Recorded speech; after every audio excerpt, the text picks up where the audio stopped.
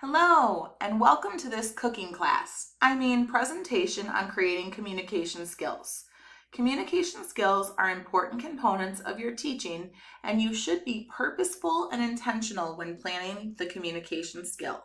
The communication skill is the way in which your students will participate and/or demonstrate their learning in your lessons.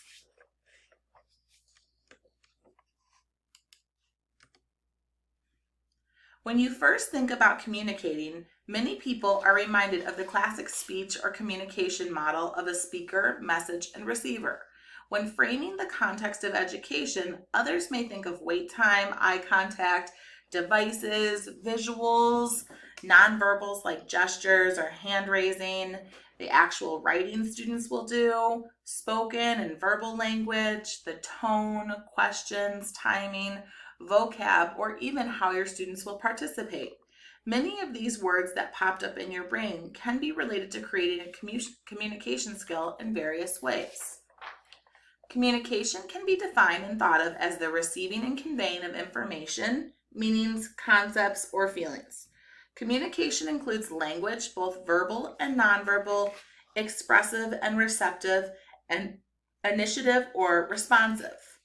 Expressive communication is how a child communicates their needs and thoughts, typically using words and phrases to sentences.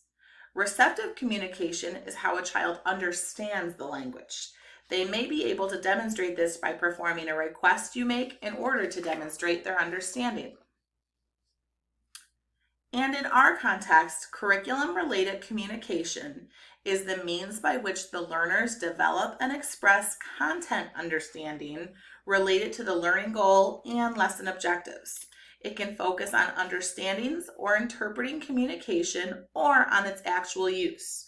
Communication includes language content, form, and sequence, various communication modes or forms, including augmented communication, verbal or nonverbal communication, and devices or other technology, the expressive and receptive communication, and initiative or responsive communication.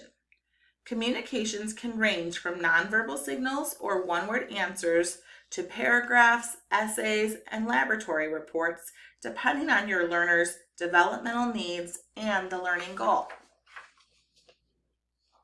So now that we know a bit more about what a communication skill is, it's time to give cooking up a creative communication skill a shot. This one is just for practice before we see a few examples. Go ahead and right now on a piece of paper down in front of you, actually write down what you think a good communication skill might be for a learner you've worked with. Then we will reevaluate it later.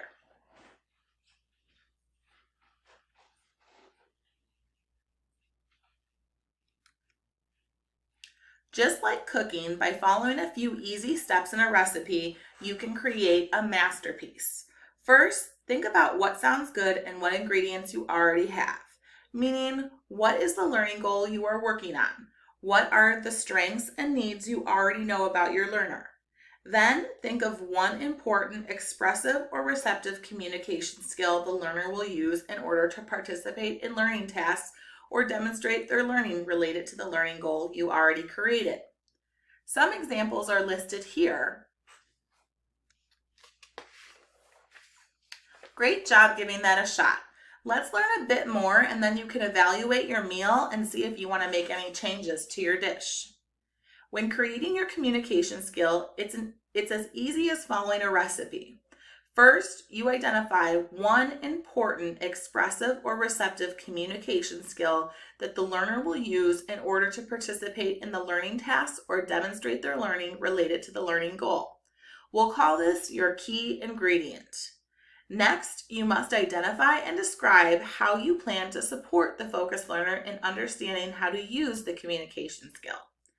Communication supports are strategies that are used to build the focused learner's goals related to communication within the learning task or demonstration of learning. Strategies involve modeling the appropriate communication skills for learners to understand or used in the specific context, as well as opportunities for guided practice, generalization, and maintenance. Communication supports can also include assistive technology and other mediators. Examples of supports include modeling, rehearsal, guided practice, word walls, graphic organizers, and language frames. These can be categorized as your what ingredients and go into the recipe next. Finally, you will add your dry ingredients or the vocabulary portion. As you can see, this is not an inclusive list of possibilities for each ingredient group, meaning sometimes when we are following recipes, we decide that we need to add in a dash of this or that.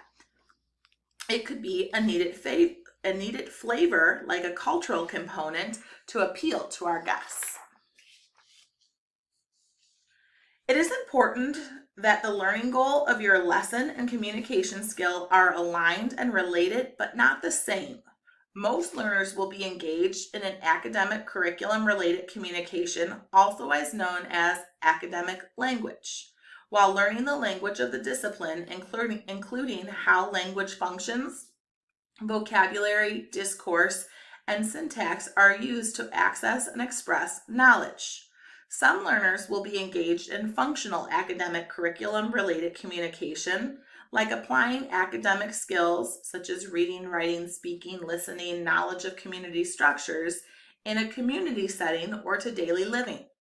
Candidates are directed to identify a communication skill that is related to their learning goal, but also distinct from the learning goal, which allows the focus learner to participate in the learning tasks or demonstrate their learning.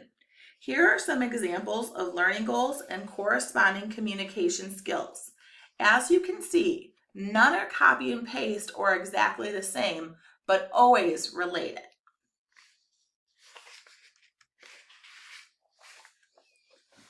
You will explain how plan supports facilitate the focus learner's use of the communication skill.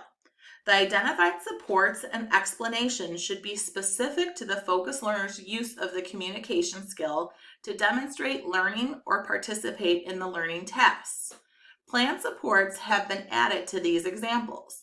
Once again, in the first column, notice the learning goal. Then in the second column, the communication skill.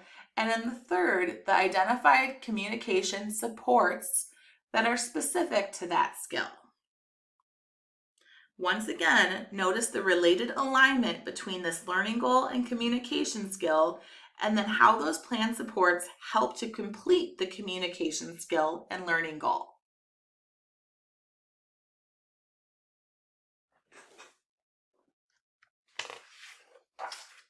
Okay, let's look back at that communication skill we gave a shot at earlier on your paper. After seeing all of those examples and learning some new kitchen skills, if you will, can you improve upon your previous dish and become Top Chef ready? Remember, the communication skill can only be one skill, using expressive or receptive communication. The strategies and supports should be added to help accomplish the communication skill. And the academic language should be the vocabulary and instructional language that is either foundational or specific to the lesson, with the content matching the academic area, whereas the concept-specific academic language is specific to that lesson. So let's go ahead and write down your new communication skill given these new strategies you know. Think of your learner. What is the skill that they're going to practice? Only one in order to participate and demonstrate their knowledge. What are the strategies and supports you will use? And what is the academic language needed? Take a second to jot that down. Please be aware that the communication skill is also a major component of your EdTPA, with various sections and multiple commentaries relating specifically to the communication skill.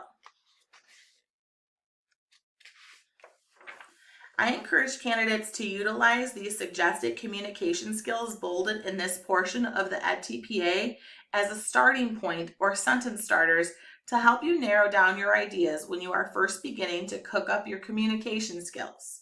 What do you notice about all of these bolded words? As you can see, both task 1 and 3 have explicit connections to the communication skill.